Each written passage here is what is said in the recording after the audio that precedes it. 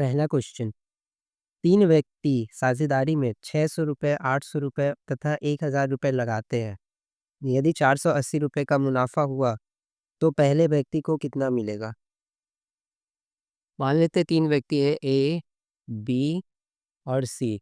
पहले ने लगाया 600 रुपए, दूसरे ने 800 और तीसरे ने 1000। और तो इसका अगर हम अनुपात निकालेंगे तो आ जाएगा 2 0 2 0 2 0 खत्म, 2 से काटेंगे 3, 2 से काटेंगे 4, 2 से काटेंगे 5। इसका अनुपात आएगा 3:4:5 और टोटल मुनाफा हुआ है 480 रुपए का। यानी कि तीनों को जोड़कर यानी कि 4 3 7 5 12, 12 का वैल्यू है 480 रुपए। तो पहले व्यक्ति को कितना मिलेगा यानी कि 3, 480 बटा 12 गुना 3 यानी 120 रुपए। अगला क्वेश्चन। संयोग किरण और किशोर ने एक दुकान क्रमशः 27,000 रुपए, 81,000 रुपए और 72,000 रुपए लगाकर खोली। एक साल के अंत में लाभ तीनों में बांटा गया। यदि किरण का लाभ अंश 36,000 है, तो कुल लाभ रहा होगा। संयोग किरण और किशोर ने दुकान खोली 27,000, 81,000 और 72,000 लगाकर। अगर इसका हम अनुपात निकालेंगे तो 3 0 3 0 3 0 खत्म।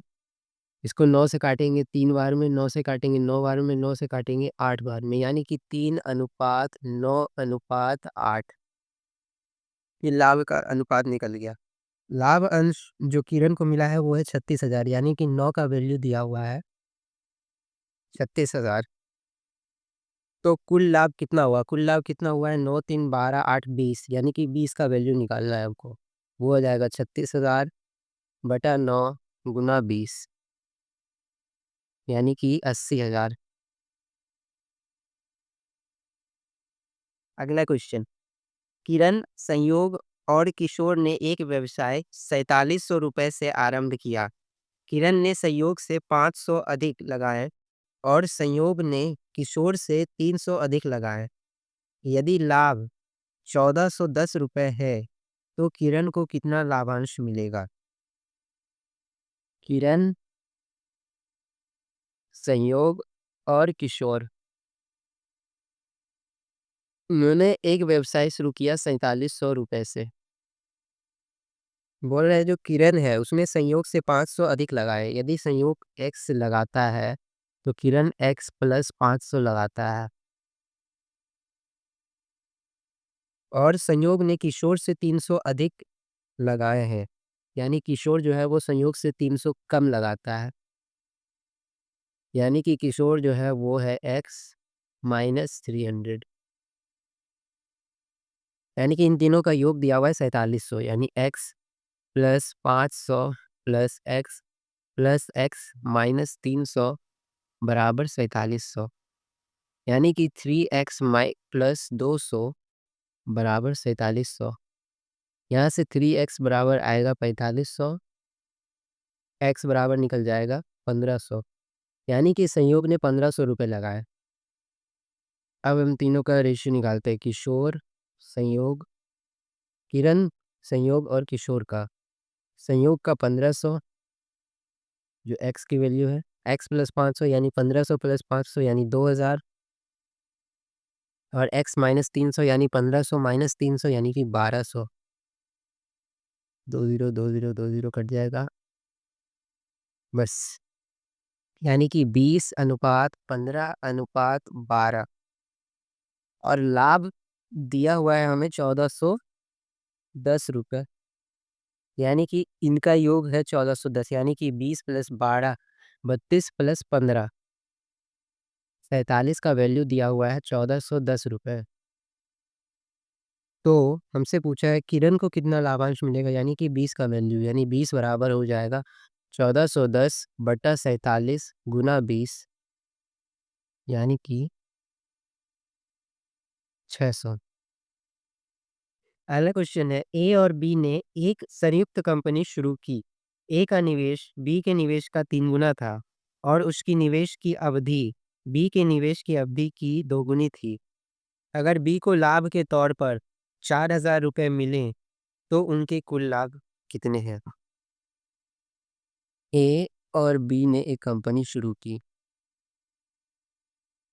निवेश सबसे पहले ए का निवेश बी के निवेश का 3 गुना है। यदि बी ने आर रुपए निवेश किया है तो ए ने 3 आर रुपए निवेश किया होगा। उसके बाद समय समय में दिया हुआ है ए ने बी के इस अवधि की दुगनी अवधि तक निवेश किया, यानी कि अगर बी ने टी टाइम तक निवेश किया तो ए ने 2 टी टाइम तक निवेश किया। तो अगर हम लाभ का रेशियो निकालें तो उसमें हम निवेश और समय दोनों को गुना करके लिखते हैं, यानी कि ए का हो जाएगा 3 आर इंटू 2 टी और बी का हो जाएगा आर इंटू टी। रेशियो अगर हम निकालें तो ये हो जाएगा 6:1। तो बी को लाभ के तौर पर मिले हैं 4,000, यानी कि एक का वैल्यू दिया हुआ है 4,000। तो कुल लाभ कितना था? कुल लाभ यानी 6 प्लस 1 यानी कि 7, 7 बराबर हो जाएगा 4,000 गुना 7 यानी कि 28,000। अगला क्वेश्चन, ए, बी और सी एक चारागाह किराए पर लेते हैं। ए उस पर 7 महीने तक 10 बैल चराता है। बी उस पर 5 महीने तक 12 बैल और सी 3 महीने तक 15 बैल चराता है। अगर चारागाह का किराया 175 रुपए हो, तो सी को अपनी हिस्से का कितना किराया देना होगा? ए, बी, सी। जब लिखते हैं बैल की संख्या और इधर है अवधि। ए 10 बैल 7 महीने तक चराता है। बी 12 बैल 5 महीने तक और सी 15 बैल 3 महीने तक। अब हम अगर इनके लाभ या फिर लाभांश बोल सकते हैं या चारागाह जो क्वेश्चन में दिया है उसका रेशियो निकालेंगे तो ए, बी और सी का अनुपात आ जाएगा 10 गुना 7 यानी कि 70, 12 गुना 5 यानी कि 60 और 15 गुना 3 यानी कि 45। इसको काट देंगे 5 से।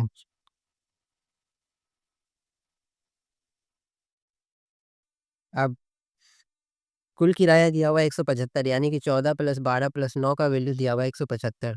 14 प्लस 12 प्लस 9 हो जाता है हमारा, इसको जोड़ने पे आता है 35। 35 का वैल्यू दिया हुआ है 175, यानी कि एक का वैल्यू हो जाएगा 5। तो हमसे पूछा है सी अपने हिस्से का कितना किराया देगा, यानी 9 का वैल्यू। 9 का हो जाएगा 9 गुना 5 यानी कि 45। अगला क्वेश्चन, एक्स और वाई का एक व्यापार में साझेदार है। एक्स पूंजी का 1/3 भाग 9 महीने के लिए लगाता है और वाई लाभ का 2/5 भाग प्राप्त करता है। तो वाई का धन व्यापार में कितने महीने लगा था? एक्स और वाई दो साझेदार है। एक्स पूंजी का 1/3 भाग 9 महीने के लिए लगाता है। पूंजी और समय। पूंजी का 1/3 भाग लगाता है 9 महीने के लिए, तो शेष बच गया, यानी कि 2/3 भाग वाई लगाता है और कितने समय के लिए लगाया है ये दिया नहीं है। तो जब हम इसके लाभ का अनुपात निकालेंगे तो वो हो जाएगा 1/3 गुना 9 अनुपात इधर हो जाएगा 2/3 गुना टी। तो 3 कट जाएगा, अनुपात हो जाएगा 9:2 टी। दिया हुआ है कि y को जो है लाभ का 2/5 भाग प्राप्त होता है, यानी कि y को जो है लाभ का 2/5 भाग प्राप्त होता है। मतलब अगर टोटल लाभ 5 रुपए है तो उसमें y को मिलता है 2 रुपए और x को मिलता है 3 रुपए। जबकि यहाँ लाभ का रेशियो है 9:2 टी, यानी कि 3 का वैल्यू है 9, यानी कि 3 बराबर है 9। तो 2 बराबर क्या होगा? 2 बराबर हो जाएगा 9/3 गुना 2 यानी कि 6। यानी कि 2t का जो वैल्यू है वो है 6। 2t बराबर 6, तो t बराबर हो जाएगा 3। यानी कि y जो है वो 3 महीने के लिए पूंजी निवेश करता है।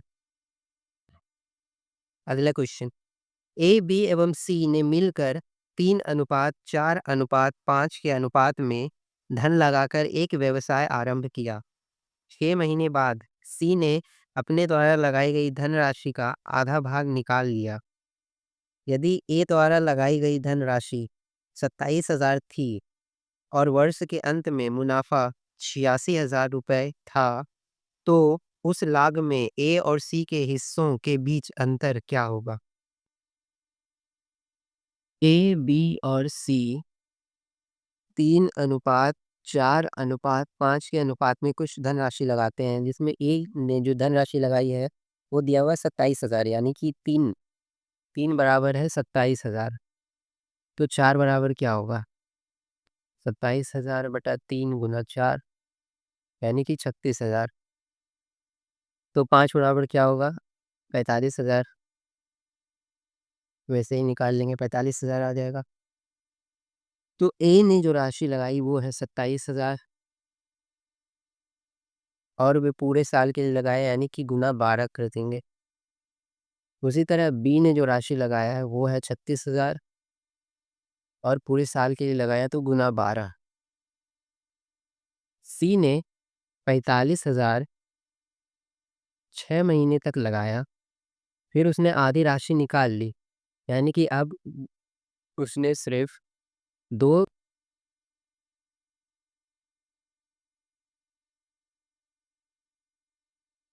22,500 ही लगाया 6 महीने के लिए।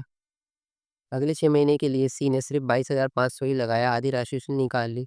अब अगर हम इसका रेशियो निकालें तो ये आएगा 27,000 गुना 12, इसको ये रहने देते हैं। 36,000 गुना 12, इसको हम लिख सकते हैं 22,500 गुना 2 गुना 3। 22,500 गुना 2 होगा 45,000, यानी कि इसको हम लिख सकते हैं 45,000 गुना 3। तो हम इसमें से 45,000 को कॉमन ले लेंगे और अंदर बच जाएगा 6 प्लस इधर 3। अब इसको हम काटते हैं, 3 0 3 0 3 0 कट जाएगा।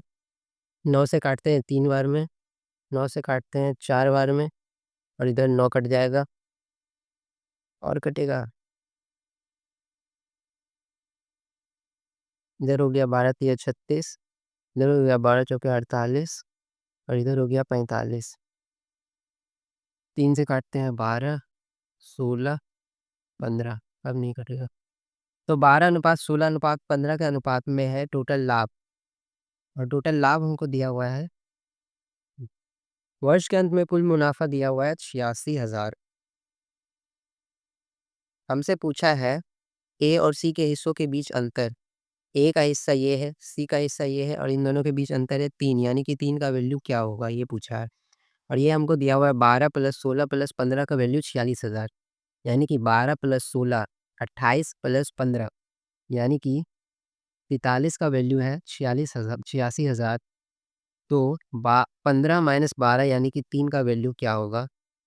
86,000 बटा 43 गुना 3, इसको काटेंगे 2 बार में कट जाएगा, 2 तिया 6, यानी कि 6,000।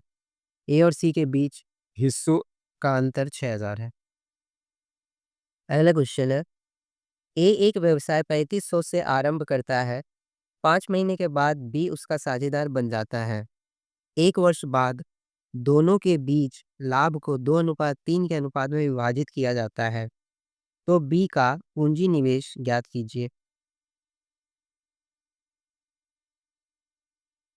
ए एक व्यवसाय को अकेला शुरू करता है 3500 रुपये के साथ और 1 वर्ष तक निवेश करता है। बी कुछ रुपए निवेश करता है किंतु 5 महीने के बाद, यानी कि 7 महीने के लिए, और दोनों के जो लाभ का अनुपात है वो दिया हुआ है 2:3। यानी कि जो 2 है, लाभ अनुपात कैसे आता है? पूंजी गुना समय अवधि, यानी 2 जो है वो 2 बराबर है 3500 गुना 12, तो 3 बराबर क्या होगा? 3500 गुना 12/2 गुना 3। इसको गुना करेंगे पाएगा नहीं 63,000। ये जो है वो 7x का वैल्यू आया। जैसे ये इसका वैल्यू था वैसे ही 3 का जो वैल्यू आया वो इसके बराबर होगा, यानी कि 7x बराबर 63,000।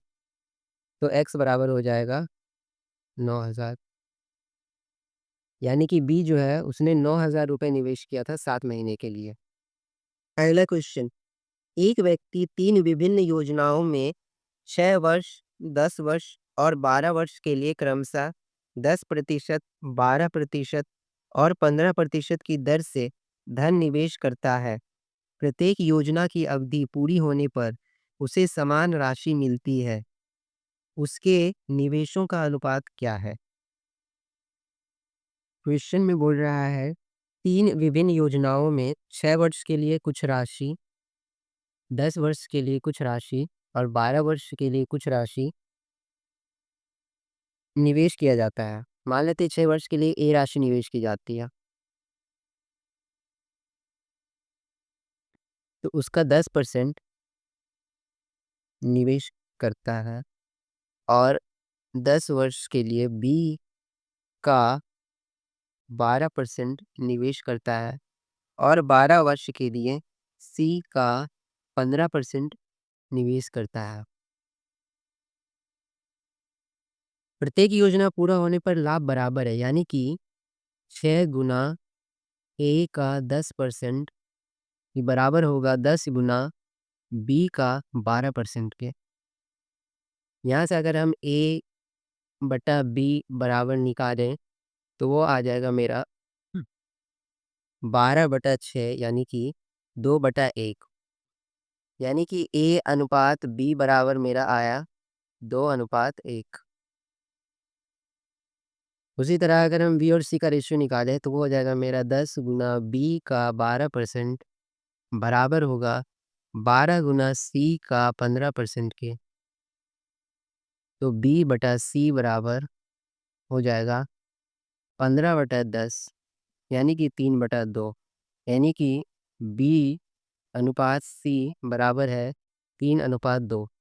अब अगर हम ए अनुपात बी अनुपात सी निकालें तो ए अनुपात बी है 2:1 और बी अनुपात सी है 3:2।